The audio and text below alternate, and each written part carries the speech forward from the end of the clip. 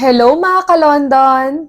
Loan dito, loan doon. For today's video ay panibago na namang online loan application ang ating re-reviewin.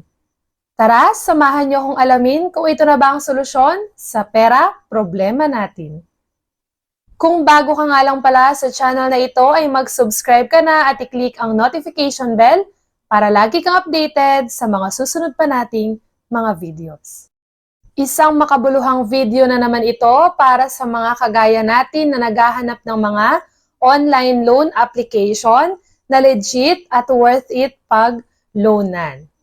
Dahil sa video na ito ay tuturuan ko kayo ng step-by-step procedures kung paano mag-loan at kung magkano na lang ba ang makukuha natin sa amount na ilo-loan natin. Marami ng mga tao ang naloko at nalugbok na dahil sa mga online loan application na ito. Pero sa totoo lang, ang una mong dapat gagawin bago ka mag-loan ay manood muna ng ganitong klase ng review para at least magkaroon kayo ng idea kung legit ba ang niloloanan ninyong OLA. Tandaan ninyo na walang masama sa pangungutang, lalo na sa oras ng kagipitan. Basta lagi nyo lang din isalang-alang at pakaisipang mabuti, magsuri muna tayo kung ano ba talagang loan application ang pwedeng makatulong sa'yo sa oras ng pangangailangan. Huwag ka agad-agad maglo-loan sa mga OLA na mataas ang interes. Kaya tama ang ginagawa mo na nanonood ka muna ng ganitong klase ng mga videos para at least magkaroon ka ng idea kung legit ba o hindi itong OLA na ito. Ang OLA nga pala na re-reviewin natin ngayong araw ay ang Pera Mo. Hindi ko pera, pera mo. Char. Okay, so bago nyo nga pala i-download itong application na ito ay siguraduhin mo nang mapanood ang video hanggang dulo. Dahil alam naman natin na kapag tayo ay nag-download na at nag-register na dito ay ibibigay na natin yung mga importanteng impormasyon tungkol sa atin. So, mas mainam na panoorin muna ito para kung hindi nyo magustuhan ay hindi nyo na ida-download ang application. Ang application nga pala na ito ay pwede mo ma-download sa Google Play Store. At syempre, pag na-install na natin yung app, ay magre-register na tayo gamit of course ang ating active na cellphone number para sila ay makapag-send ng verification code. After nun, ay magkiklik next na agad tayo. Dito ay meron kang 5 steps na sasagutan at ang unang-una na nga dito ay ang ID type. At ang mga pwede nga palang ID dito ay ang mga sumusunod. UMID, passport, TIN, driver's license, SSS, postal ID, PRC at marami pang iba. At after nyo nga makapili ng ID na meron kayo dun sa mga pinagpipili ang ibinigay nila sa inyo, ay dito na agad tayo sa step 2, which is nandyan ang marital status, kung single ba or married. Nandyan din yung number of children, kung ilan ang iyong anak, at kung wala naman, ilagay mo lang ay 0. Tapos nandyan din yung education, kung ano bang natapos, religion, tapos yung residential address. Sa residential address, kasama dyan ang region, at ang province, municipality, at barangay. And after mo ma-fill upan yan, ay next na agad tayo. So, dito na agad tayo sa occupation. So, kung anong trabaho mo, napakaraming pagpipilian dyan. Pwede ang managing proprietors and supervisors, pwedeng lawyer, human resource worker, driver, tour guide, at marami pang iba. So, ikaw na lang ang pipili dyan kung ano ba talaga ang iyong trabaho. At syempre, ilalagay mo rin yung company name kung saan ka nagtatrabaho. Kasali rin dyan yung position, kung ano bang position mo sa company na pinagtatrabahuhan mo.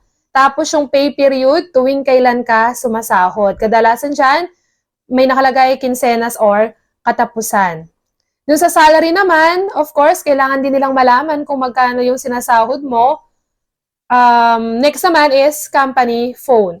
Sa company phone number, no, mag-ingat lang tayo, lagi kong pinapaalala sa inyo kasi ang dami kong nababasang reviews sa iba't ibang OLA na may mga OLA na nagme-message at tumatawag pati sa company. Kaya mag-ingat lang tayo sa pagbibigay ng company phone number. And then, company address. At ang next step ay dito na tayo sa fourth step.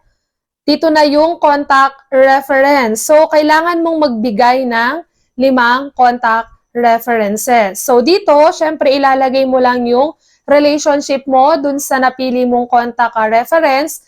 Tapos, syempre, yung contact number nila. And, lagi ko lang ding pinapaalala, no, pag balak nating mag-loan, ay siguraduhin nating ilimit lang sa 3 hanggang 5 contacts ang nasa phone book ng mga cellphone natin. Para kung sakaling mag-message yung mga agent ng OLA, ay hindi lahat masenda ng messages. At lagi nating isaalang-alang na dapat alam ng tao na ginamit mo siya as contact reference para kung sakaling tumawag sa kanila ay hindi sila magugulat na may mga tao na tumatawag sa kanila. Kaya pag-isipang mabuti kung sino ba talaga ang taong inalagay ninyo sa contact reference ninyo. May option naman sila dyan, pwede ang mother, father, at spouse. At yung last part, yung pang-5 step ay facial recognition. So may facial recognition din yung OLA na ito para i-check nila na kung ikaw ba talaga yung naglo-loan or nagamit lang yung ID mo. And after nyan ay lumabas agad ito, nakalagay, reminder, you are not qualified for the 3-month loan, but you can apply for the 80-day loan. So, wala naman tayong choice. So, okay na lang natin. Hindi tayo qualified doon sa 3 months, pero actually, yung 3 months, 90 days lang naman yon.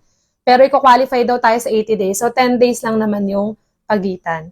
So, dito i-check nga natin kung totoo ba talaga na 80 days ang ibibigay sa ating payment period. Sa ads kasi netong OLA na ito ay pwede ka daw mag-loan up to 10,000 pesos for a first-time user. Pero check natin kung 10,000 ba talaga ang ibibigay sa ating credit limit.